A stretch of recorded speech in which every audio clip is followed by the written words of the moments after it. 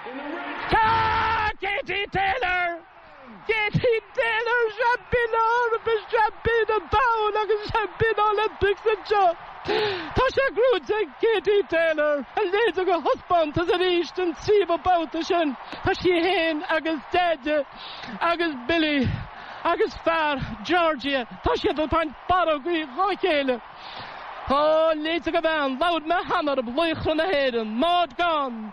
Grania Whale, Mary Robinson, Maud of Vakati, Kashtach the Dordan, Shuddy and Van, Town Rusha Hagari, Nina Nungari Rusha, Tak Nachara, Tak Kalignachara, Tashi Lom ga Aid, Agus Ducci Raid, go to Japon Katie Taylor, Salajakajish Sabanya, Horbe, and later go Halfoid, oh, later go Van, Katie Taylor, Agus Dadidith and Matrochter of the Lochtish, the Lagos Scorbliad. Ach, siad nócáid is gurú go mo chrí is díobh sa síl go bhfuil a bhain seo héis críomh Olympic a thuirt le marachaí níbeh aon chríomh níbeh aon bhain sna Olympics agus an istá brat na héireann ag Katie Taylor tá sí gáil timpeall an áine sáirseid ní na cheist faoi céhí an dárad in is ársa dán sí á sin gabe an dárad in is ársa dán ach ag dean le ní na bhagan sa bheith dárad in is ársa dán mar sí Katie Taylor an din is ársa dán de buinte an áithach go hefigiúlinn seo. Oh, do the gate can, do he in the gushing gabbas the daughter can, carry in the Katie, and team about the Shannon can, that she Brandos was a spade and shot, that she got faster Godina Kuniga guided, couldn't she? On Bergown Jada got up, that she got a mach as Obanya on Shaw, Agatha Lochtaste, Darida Pede, Maramanach shot Jodas the Hula, Ashan Jacker, Joda wants as a good sooner to show parents dach, and Hugomed, her Hesh, a Kui, Lochtaste, Tanstana Yuma. Tasha Grute, a Katie Taylor, she Katie Taylor, at Preholen, Shablian Dish, Shablian the Feed Dish, Champion Olympics, Gondian. Rávíle agus a dóhéag. Leishin agus mu cheolín póca teaga mo Joe.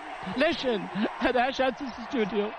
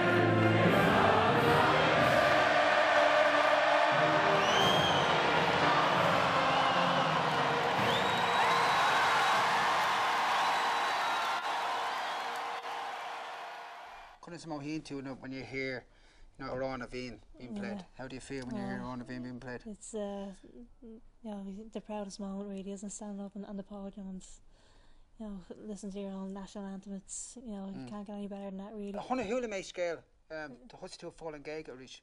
Came for?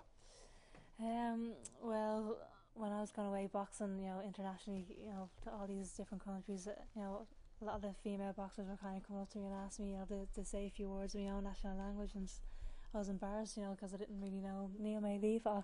Yeah. Tommy ag fáisil ceapam agus, But just a touchy feek Dane in Iraq. It's about making an effort. Yeah.